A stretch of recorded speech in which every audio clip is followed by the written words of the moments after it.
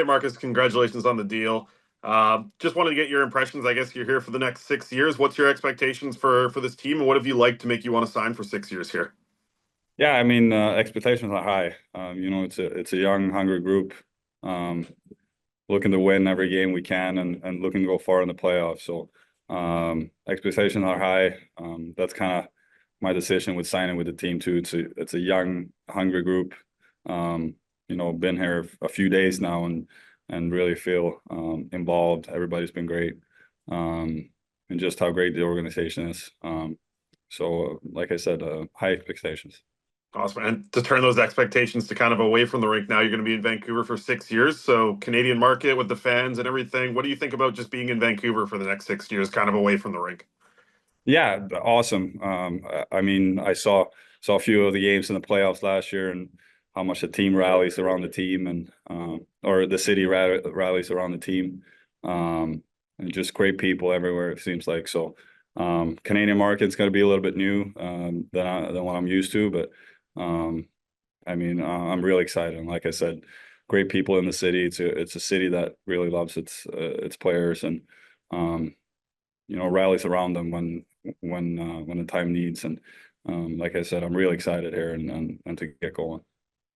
Thank you. Please all note that we will leave time for your questions in Swedish at the end. Next up, we're going to go to Ian McIntyre, Sportsnet. Hi, Marcus. Congratulations. Thank you.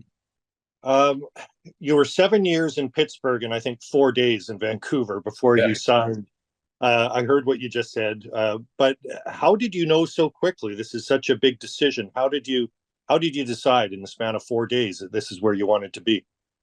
Yeah, it is a big decision, and I think a lot for me was the familiarity with the management. I've had them before. I know the way they run a team, and it's people that I know, so that helped me a lot. And like I said, a team like this is somewhere I want to be and keep developing. Great coaching staff, great players, young players, hungry players, like I said. So, yeah, I mean, I spent 7 years in Pittsburgh and kind of owe them a lot. Really grateful for the time being there. I've got the opportunity to play with some great players. So I really enjoy my time there, and I got nothing but good things to say about that organization and all the people there.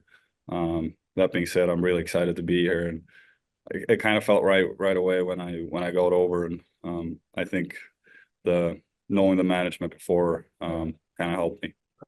And one of the things that Patrick Alvin talked about after resigning you was not just your play, but your leadership, because they're looking to, kind of build their leadership and continue to build the culture here.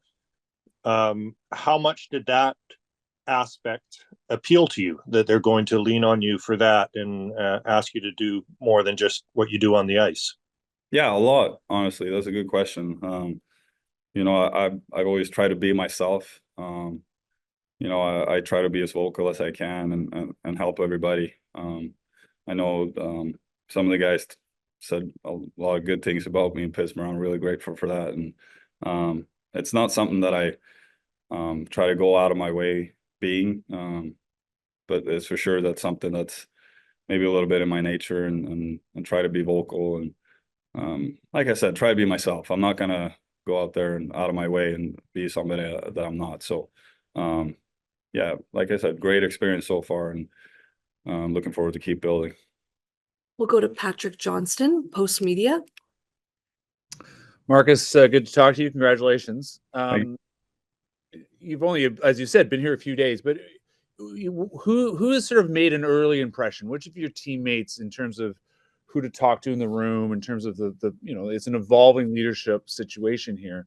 Who has made an early impression on you? There's a lot of guys. I mean, a guy like Micey has been here a long time, been around the league a long time. Talked to him a lot. Obviously, played the first 2 games here with him, and so obviously comes natural to talk to him as your partner and stuff like that. Other guys, I know Kiefer Sherwood since before. He's a guy that's vocal around the room. Another guy is Connor Garland. Seems like a vocal guy in the room and really a leader here. And then and then you got Petey and the forward Petey, and Brock, obviously, great guys. And obviously you got Quinn too. So like I said, it's a lot of great people, young, hungry guys that wants to win every day. So there's a lot of guys that have made an impression on me. Knew some of the people before too, so that helps too. But there's a lot of guys that I feel like are taking steps in that leadership role, and for sure Micey being one of them.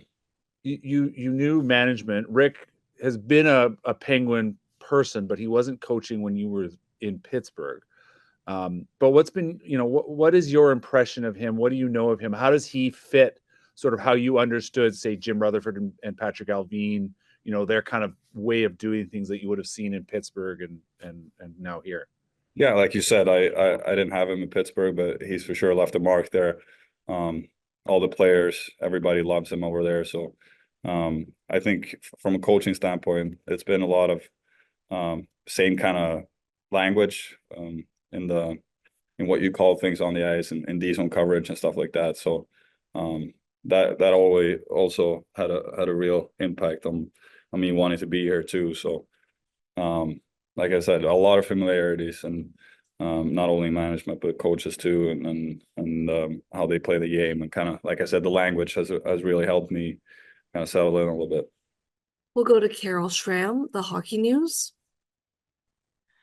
Hi, Marcus. Thanks for doing this and congratulations.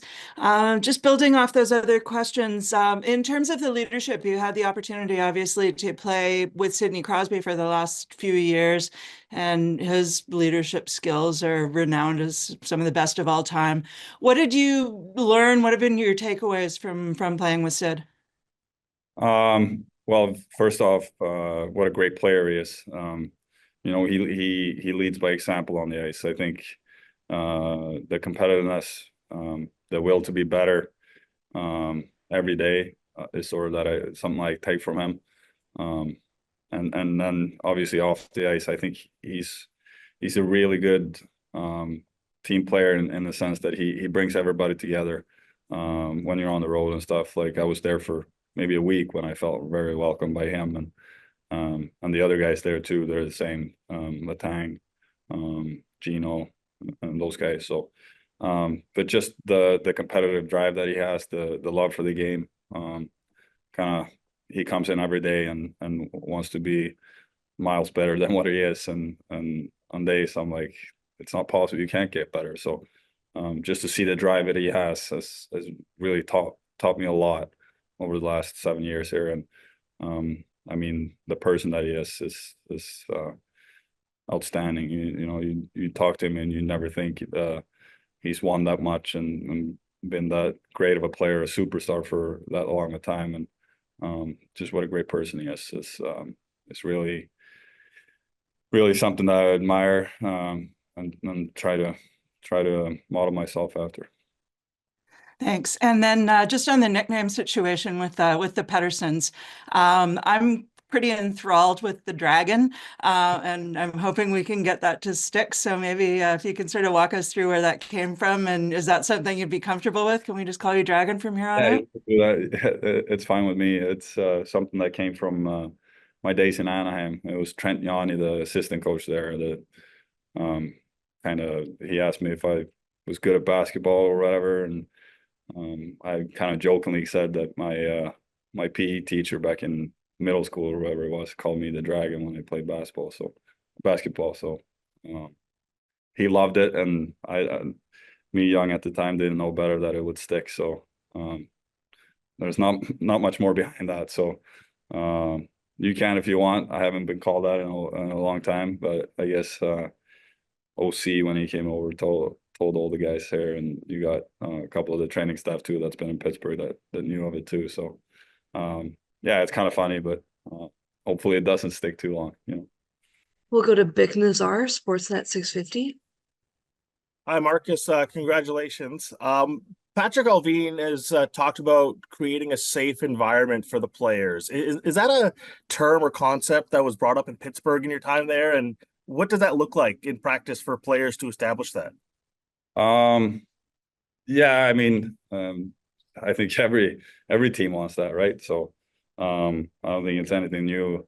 It's a good question. Like what it looks like is everybody has a voice, and you see too in every meeting we have here and on the ice, everybody's involved.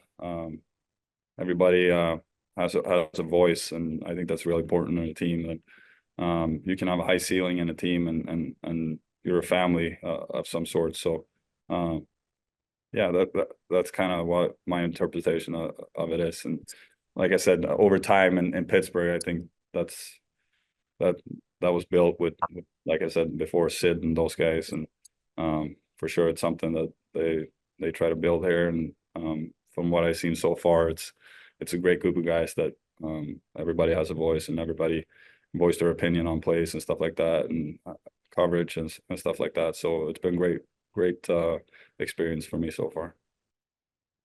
The other thing too is I think a lot of people see like the potential that this team has, where it can go. It's been 2 playoffs in 6 years, and looking at Pittsburgh, it was always so consistent. There you were going to the playoffs. Like, what's important with achieving that level of consistency that you think you can bring to Vancouver? I think, like I said before, the leadership group in Pittsburgh really brought.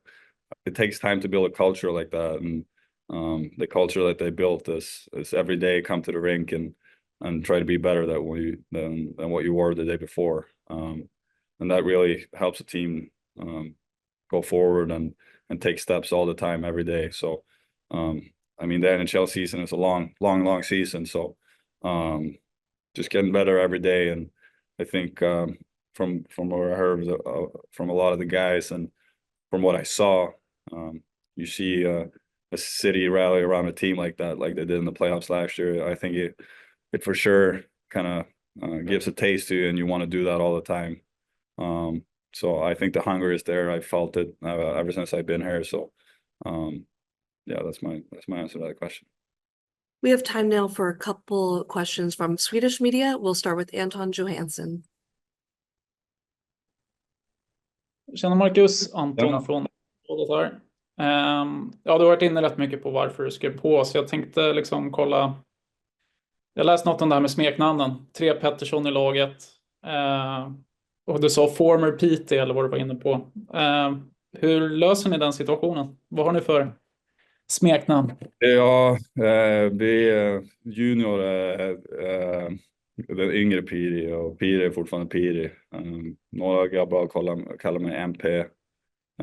Det är lite svårt att kalla mig Mackan. Jag har försökt säga att du kan kalla mig Mackan på engelska, det blir sandwich. Så jag kanske kör på det svenska snäcknamnet Mackan. Så att, nej, men jättekul att vara här med så många svenskar också. Vi får lösa det på något bra sätt. Det har inte varit så länge här än, så vi löser det nog ganska snart, tror jag. Vad var draken för något? Nej, men det är en gammal historia från mina Anaheim-dagar. En assisterande coach som kom på det, eller vad man ska säga. Och det fastnade där, och så sen var det någon i Pittsburgh som var kvar eller var i Pittsburgh då, som spelade i Anaheim, som tog med det dit, och nu verkar det fastna här också. Men vi får se vad det blir.